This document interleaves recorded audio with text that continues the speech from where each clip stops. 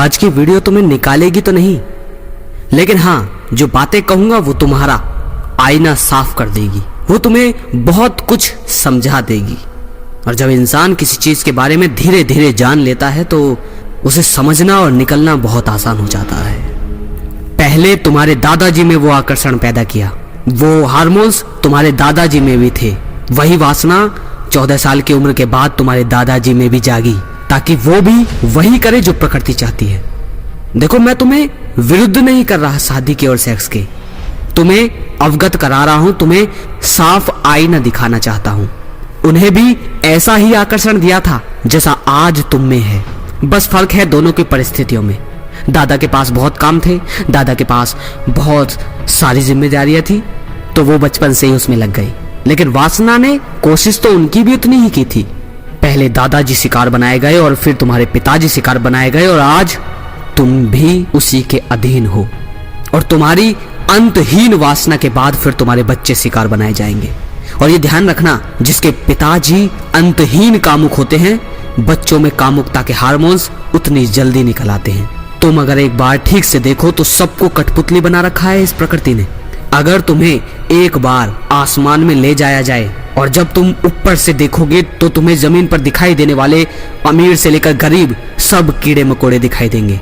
इसी भांति तुम अगर खुद को दूर रखकर अपने वंश में जैसा चलता आया है, जैसा औरों के वंश में प्रकृति धक्का दे रही है, अगर इन सबको तुम दूर से देखने की काबिलियत रख पाओ, और जब तुम्हें दिखने लगेगा कि हाँ, प्रकृति कैसे खेल बनाती है, कैसे सबको ज़ॉम्बीज बनाकर सबको अपनी दिशा में ले जा रही है।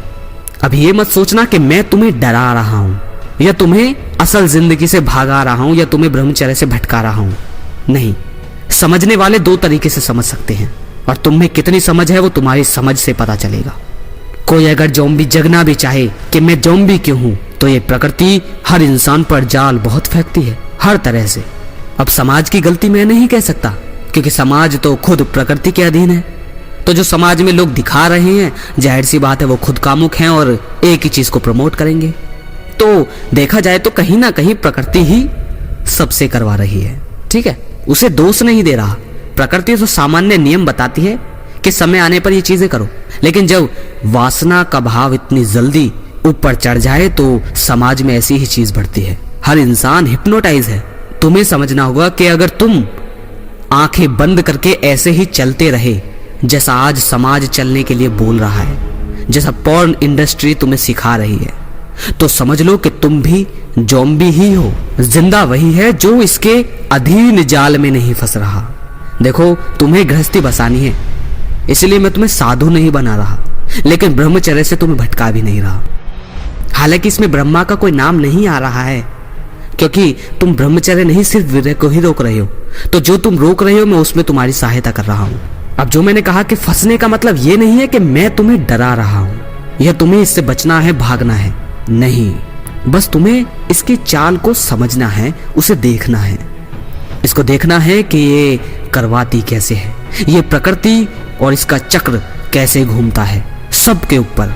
कैसे कोई लड़का लड़की को देखते ही उसके हार्मोन्स एकदम एक्टिव हो जाते हैं, केमिकल डोपामिन रिलीज होने लगता है। कैसे ही जब लड़की देखती है तो लड़के को देखकर कैसे हार्मोन्स उसके एक्टिव हो जाते हैं, डोपामिन हाई लेवल पर पहुंच जाता है।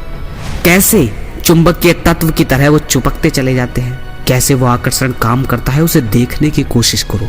और उम्र ढलते ढलते सब फीका पड़ जाता है। तो तुम बताओ, फिर इसमें तुम्हारी खुशी कहाँ है?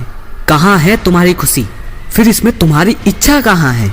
तुम्हें क्या लगता है कि जो तुम सबसे छुपकर, पिताजी से, माँ से, दादा से, सबसे छुपकर जो हस्तमैथुन करते हो, क्या वो मजा तुम्हारा है? नहीं, गलत। यही तो सबसे गलत सोच है तुम्हारी। तुम जो सोचते हो, जो तुम सबसे छुप छुप कर, ये जो सब तुम काम वासना को दिन रात करते हो, ये तुम्हारा मजा है? तो क्या वो तुम्हें लगता है कि वो तुम्हारा मजा है? और क्या तुम्हें ऐसा लगता है कि वो खास तुम्हें ही आकर्षित करती है? क्या तुम्हें ये लगता है कि इस संसार में केवल तुम्हें ही वो आनंद महसूस होता है? यही तो सोच थोड़ी छोटी है। जैसे एक शादी में सभी खाना खाते हैं, लेकिन जब उस पूरी बारात में हम खाना खाते रहते हैं तो हमें ऐसा महसूस होता है कि हमसे ज्यादा इस खाने का मजा शायद कोई नहीं ले पा रहा होगा। कोई इस रसगुल्ले का मज़ा नहीं ले पा रहा होगा, कोई इस नान रोटी का मज़ा नहीं ले पा रहा होगा, कोई इस मटर पनीर का मज़ा नहीं ले पा रहा होगा। जितना मज़ा तुम उसमें खो जाते हो उतना कोई नहीं ले पा रहा होगा। ये तुम्हें महसूस होता है, हालांकि तुम बोलते और सोचते नहीं हो, पर ये असलियत है। वरना आज तुम खुद महसूस कर लो। देखो, ये तुम्हारे दादा में थी, दादा के परदादा में भी थी, तुम्हारे पापा में भी थी, तुम में है, और जितनी ज्यादा तुम में होगी फिर तुम्हारे बच्चों में भी उसी हद तक, उससे बढ़कर ही होगी। इस चक्र को तुम्हें समझना होगा। देखो, मैं ये नहीं कह रहा और ना ही मैं कोई ये गारंटी दे रहा हूं कि तुम इस वीडियो से निकल जाओगे, नहीं। लेकिन हाँ, कहीं ना कहीं ये तुम्हारा आईना बहुत हद तक साफ कर देगी। अब अगर तुम इसे सिंपल ही लेना चाहो तो सिंपल ले सकते हो, और हो सकता है बहुत लोगों के दिमाग में सिर्फ एक शब्द ही काफ़ी है उन्हें बदलने के लिए। अगर लगे शेयर करने लायक तो शेयर कर सकते हो, और अगर नहीं कर सकते तो कोई बात नहीं मेरे भाई। आप लोग इस वीडियो को देख रहे हो, इसे अपने जीवन में अपना रहे हो, मेरे लिए ये बहुत बड़ी बात है। अगली वीडियो में फिर मिलते हैं। जय श्री कृष्णा।